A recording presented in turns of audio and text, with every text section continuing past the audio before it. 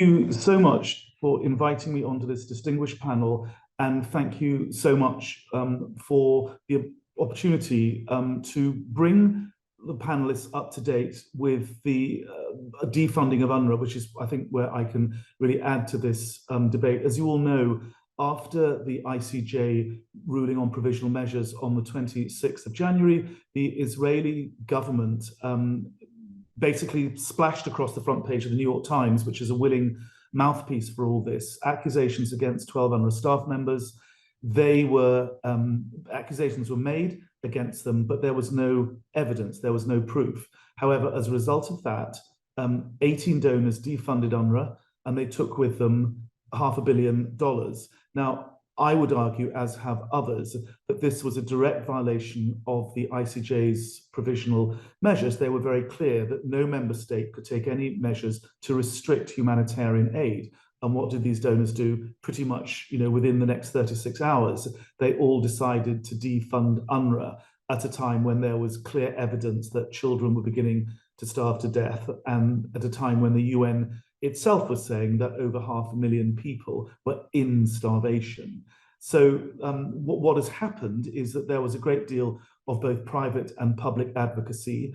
Last Thursday, the European Union announced that it would be resuming its funding, that it would send the first tranche of 82 million euros, 50 million euros to UNRWA immediately. And since then, the UK has announced that it intends to refund. David Cameron has said that the decision to defund was too hasty, as he put it. And we've got indications that Canada and perhaps the Australians and others are now going to follow suit.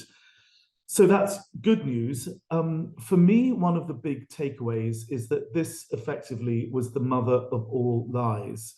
And looking back at what happened, I think we have to draw some conclusions here. I was the UNRWA spokesman in 2014 during that war, which frankly, this present conflict dwarfs that. But the fact is that every time the Israelis hit one of our schools, killing dozens of people, the Israeli spokespeople would say to journalists, there were militants inside the schools, that's why we had to take action, even though that clearly wouldn't justify killing women and children, civilians.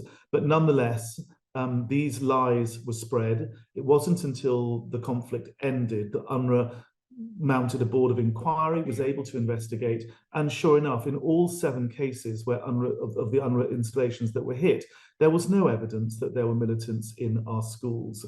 And I suppose what I would like to conclude, and to really the main point I want to make, is that not only were the donors who defunded complicit in violations of the Genocide Convention and the provisional measures, I think there should be accountability. I think we should ask questions of the donors that they have asked of UNRWA. What are the mechanisms in these donor communities which ring fences humanitarian decision-making from political influence, just as they're saying to UNRWA, your humanitarian work must be immune from political influences? Well, I think we have to ask those questions. We have to ask questions about what the British government, the Canadian government, the Australian government, all of the governments that defunded, what was the evidence? On what basis did they take a decision to defy the International Court of Justice and to put themselves in a position where they were complicit in violations of the Genocide Convention and violations and complicit in starvation? And then the third series of questions I think we should ask is of the journalistic community. Why is it that the journalists were so willing to promulgate stories, to put out stories which basically were unproven, which were against UNRWA staff members, which were so damaging, not just against the agency, so UNRWA's going through its worst existential crisis perhaps in its 75-year history, but on the ground, it has led to a situation where there is starvation. UNRWA has 1.2 million people on its food distribution lists. That has risen exponentially since the 7th of October. And I think we have to ask some serious questions about what the journalists and how the journalists operate. It seems that there's one series of editorial standards which relate to accusations against the Palestinians, and another series of editorial standards that apply when it comes to accusations against the Israelis. So, that is the update. I pray that these donors who defunded UNRWA will realize that they are on the wrong side of history, that they believe the mother of all lies, and on the basis of that, they took decisions which are violations of the Genocide Convention and which make them complicit in starvation.